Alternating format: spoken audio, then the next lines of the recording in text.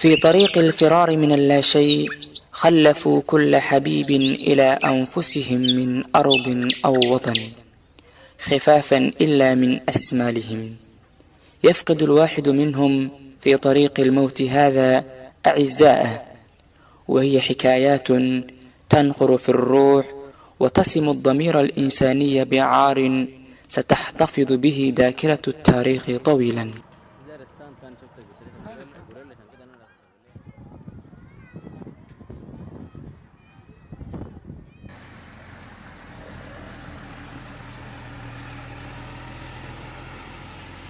على الرغم من حفاوة الحكومة الكينية والمنظمات الدولية في استقبال اللاجئين الصوماليين منذ التسعينات وحتى 2011 ميلادية، إلا أن الحكايات مؤلمة في المعسكرات اللاجئين، إذا النجاة من الموت وحدها ليست مصدرا للسعادة والإقبال على الحياة.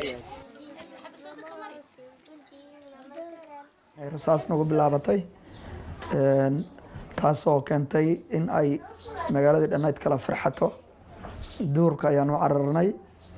marka ayadaa habeenimo ayay ahayd. waalidkay meesha ayaa igu dambeysay. hooyaday meesha ayay ku dhimatay. aabahayna warkama haynin meel ka baxaya walaaladay. xaskayga oon la jiifay oo markaa aroos aan ku ahaa ayaan la soo cararay. duurka ayaan isla soo gallay. jid dheer oo afmadow iyo u dhexeeya mareerey ayaan soo qaadnay ilaa ma aan ka imanaynay Doobley oo muddo dheer week aan kusoo jiray jidkaas. dhibaato badan ayaan kala soo kulannay iyo gaajo iyo dhibaato iyo oon ayaan kala soo kulannay. markaa ka bacdi waxaan nimanay Doobley ayaan soo gallay. ka bacdina waxaan soo gudubnay xadka dhinaca Kenya. halkaas waxaan ugu soo dhaweeyay hay'adda qaramada midoobay UNHCR iyo dowladda Kenya. anigu kuma bilaabeen waxaan dadkii Libooyo Kenya soo galay 94 markay ahayd 1994 baan ka soo raray meesha la yiraahdo Libooyo. halkaa ma soo degay xagar dheer iyo waasidda UNHCR. dhibaatooyin badan ayaan kala soo kulannay. waxa weeyaan maadaama hay'adaha samafalku ay caawinayeen oo caafimaadka anaga iyo biyaha anaga iyo waxbarashada iyo cuntada ay naga taakuleynayeen, haddana sidaan ula qabsanay hadda ma aanan ahayn oo dad cusub ayaan ahayn. meel kasta markaad ku cusub tahay dhibaatadeeda ayay kugu qabanaysaa.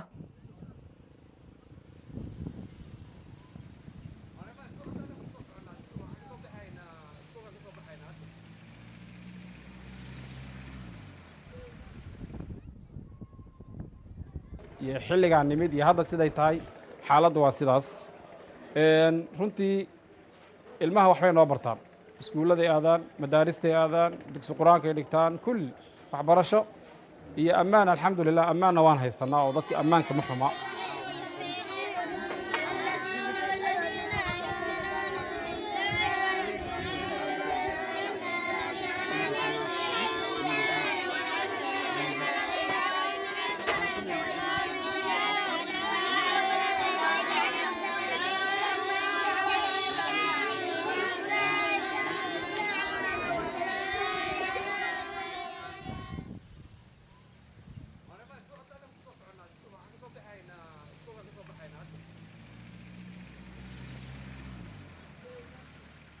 haddaan kasoo sheekay nolosheyda, aniga waxaa lagu dhalay wadanka Soomaaliya. waxaana kasoo tegay sanadka 2010 iyo 2008 sababo jiraan awgeed, kuwaasay ka mid yihiin amniga iyo waxbarasho la'aan, kaasoo aysan ka jirin wadankaas aysan ka jirin waxbarasho quman. marka sababtaas awgeed ay waalidkay iga soo kaxeeyeen wadankaas la ii keenay wadankan Kenya wili xiriyaan qaxootiga. soo galninkayga u horeeyay waan yaraa marka intii imaanayay. iskuul ayaa lii kaxeeyay primary. waxbarashadeena halkaas ka bilowday alxamdulilah ilaa maanta waxbarashadeedaan ku jiraa oo iskuul secondary ayaan dhiganayaa form hadda maxaa ahayd. marka hadda manhajkanaga badi waxaan adin 12 maado camal la qaataa. 12 maado waxay ku baxaan English. 10 maado English ay ku baxaan, hal waa Arabic oo luqadda Carabiga ku baxaa, halna Swahili waa luqadda Swahili ku baxaa. marka hadda manhaj Kenya aan wax ku bartaa.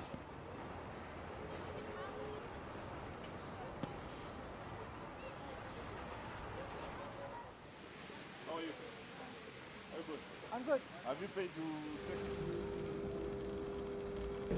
we have been informed by the United Nations High Commissioner for Refugees that we have about 352,000 refugees in total in the 5 refugee camps within the Dadaab refugee complex.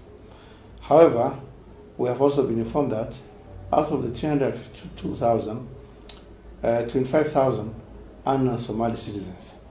These are refugees from Ethiopia, from South Sudan, from Uganda, Rwanda, DRC, and other countries in Africa. So the estimated number of Somali nationals, refugees in the camps in the Dadaab refugee complex are about 317,000. ما يزال السكان المعسكرات يتقاسمون إغاثات نادرة وشحيحة تنعدم فرص إعادة أوضاعهم إلى ما كانت عليه، وتضيق إمكانيات إعادة دمجهم في مجتمع ونظم اقتصادية هي الأخرى ضيقة وعسيرة على الاقتحام والمباشرة.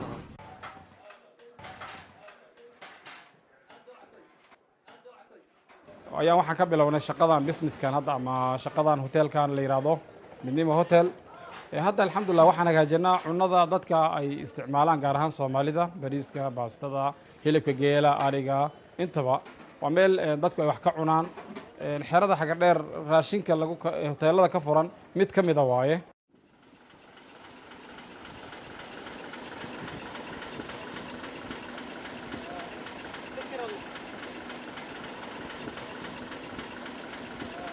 marka ugu horeysa waxa horta ay ku haystaan meeshan ayto security ku haystaan oo nabadgelyadooda aad baa loo ilaalinay. tan labaad waxay ku haystaan cilmi free ay ku haystaan oo mesela markuu cuniga sanayd u bogo uu secondary aado uu form 4 aado oo ninkii baasay waxa laga yaabaa inayba lagu qaadaba cilmiga uu bartay oo grade uu ku baasay oo min grade loogu talagalay inuu ku baxo faa'iidooyin oo hadana uu markuu halka tago dadkiisa u soo.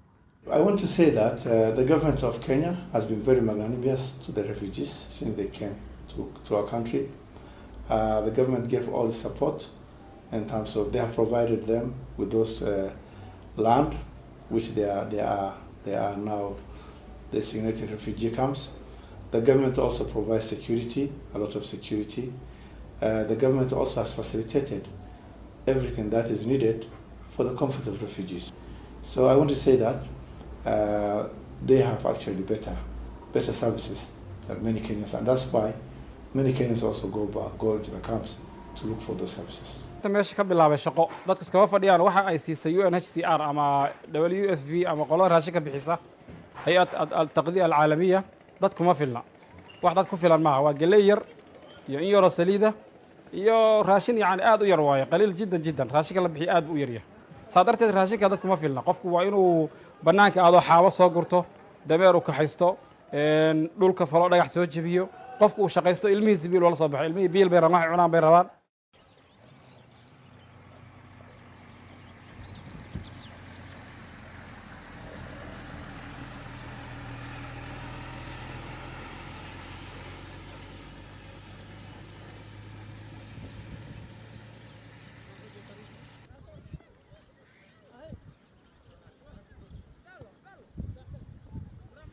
ورغما عن كل شيء إلا أن اللاجئين الصوماليين في داداب ظلوا متمسكين بذكريات أرضهم تلك التي قضوا فيها طفولتهم.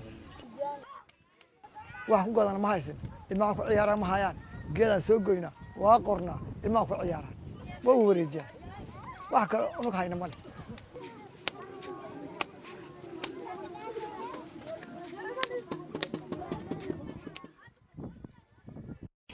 بالافتتاحه في العام 1991 ميلادية ظل معسكر داداب في كينيا يستقبل الآلاف من اللاجئين الصوماليين، وتمدد المعسكر حتى أصبح واحدا من أكبر معسكرات اللجوء في العالم بصورة أغلقت السلطات الكينية فعزمت على إغلاقه، فتخوف اللاجئون من إغلاق باب الأمل الضئيل. The first thing I want to say is that when the announcement came from the office of the president that the government has decided to close the refugees, this came as a shock to all of us. because at that point in time, there was no crisis related to refugees. However, according to the government, they have said that the refugees camps are posing a security threat to this country, and it's also posing a threat to the environment of the host community.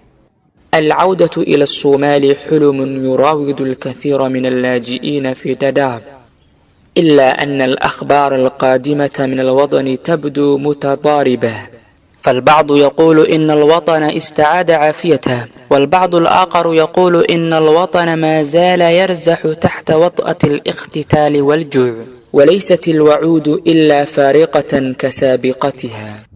mideeda kalena dadkii meesha ka tagay horta laba u kala baxsan waa dad wadankii rabo iyo dad wadankan rabo oo wadankii waxbarashadii u oynayo markaas si fiirsan waa run oo markaas si fiirsan dhalinyarta yaryarka iyo adiga wixii dhalinyar ku saabsan oo dhan waxa waa dad akhris u jooga meeshan inay akhris wax ku bartaan oo wadankooda hooyad markay weynaadaan dib ugu noqdaan u laabtaan waxaa soo haray qofka khiyaarkiisa ani haday weydiisay khiyaarkayga ma Soomaali ma u noqonaysaa mise uma noqonayso shayga waa la weydiiyey waxaa lagu weydiiyey ihsaa'iyaadka UNHCR waa tirakoobka soo bilaysay waa la weydiiyey ma noqonaysaa mise ma noqonaysid anigu wixii shalan ka soo cararay amni darradii way taagan tahay wali amaan darradii way taagan tahay waxbarasho la'aanta way taagan tahay sadarteeda inta waxbarasho la'aanta ay taagan tahay ama amni darradii taagan tahay yani hadda waxaan isleeyahay xilligaan noqon lahayd wali lama gaarin wallaahi waqtigii iyada ahayd aan imanaynay anagu dad dagaal sokeeye ka soo cararay ayaan ahayn waxaanu islayn wadankiina nabad ayaa ka dhici doonto muddadan intaan leeg oo 26 sano ayaa deganaanaysa qaxooti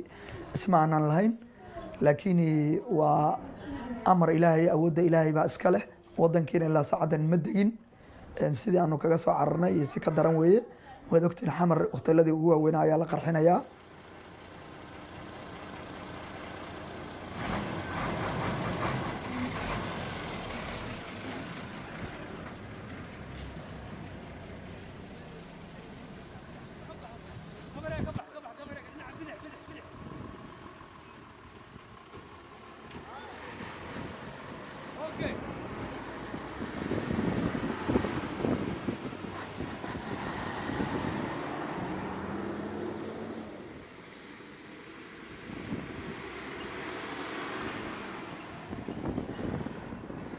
wadankayga nabad baa ka jirto anaa go'aansaday inaan ku noqdo waa nabad marka waxbarashadaas baa u imaada haddana haddii waxbarasho xag way kala leedahay inaan noqdo anaa go'aansaday inay weynmay wax ii bartaan baan rajaynaa insha Allah hay'adaha dawladda waxa ka codsanaynaa inay guriyana siiyaan ilmahan wax noo baraan marka nabad baa jirto dalkeena inaan ku noqdo doona halasaan go'aansanay wax dhibaato aan qabnay in soo fiijiyay in qasro ma jirto maskaxdeena ka maalin.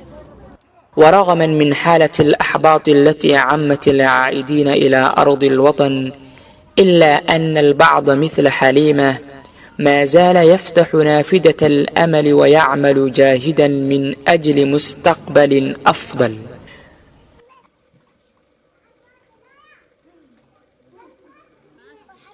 كندري سكول آدمي كدب waxaa ku biiray koorsooyin caafimaad iyo waxaas marka hore goolkaygu wuxuu ahaa inaan caafimaadka wax ka barto oo bulshada caawiyo oo maxaa la dhahayay maadaama ani aan ka soo tagay community oo isku dhex daadsan haddana dib haddaan u laabto just wax la taaban karo inaad dib ula laabto sanadkii 2013 koorso caafimaad caadi ah iska dhiganayay 13 dhexdeeda waxaa shaqo ka bilaabay Kenya Red Cross Society KRCS waxaa ahaa auxiliary nurse waxaa shaqeynayay ilaa 2013 ilaa 2015 hortii aan Soomaali dib ugu soo laabtay markii aan Soomaali u soo laabanayay waxaa socday repatriation Soomaali dadka loo soo celinayo ani keligay ma ahayn family-gan dhan meeshii wada jiray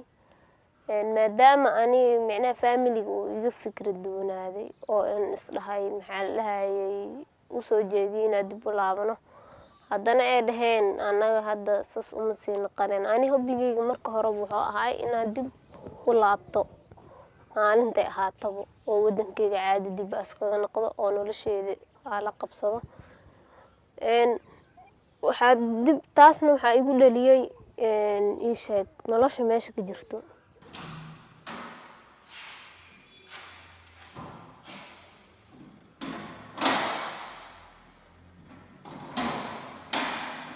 horta markaa soo laabtay oo imaaday waxaa imaaday qadar red president ayadaa u shaqeeyay waxaa ugula joogay voluntary ku shaqeynaya ilaa muddo anoo intaas voluntary ku joogay oo usii shaqeynaya haddana on April markii la gaaray shaqadeeda la qaatay.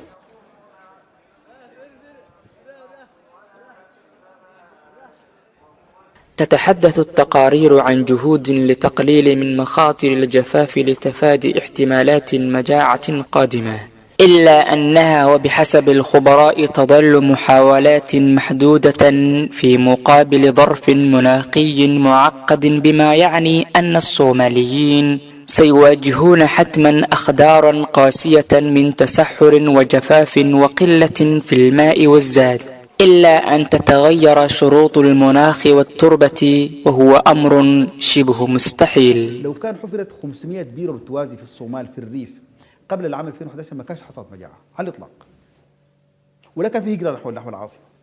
إذا نحن نحتاج إلى تخطيط التدخل الإنساني التنموي في الصومال أو في غيرها من الدول حتى تكون هناك ترتيبات وقائية لعدم تكرار المجاعة. أما تغير الطقس هذه منطقة حتى الآن محكوم عليها كل 5 إلى 7 سنوات تأتي دورة جفاف طويلة التمهاد في المنطقة.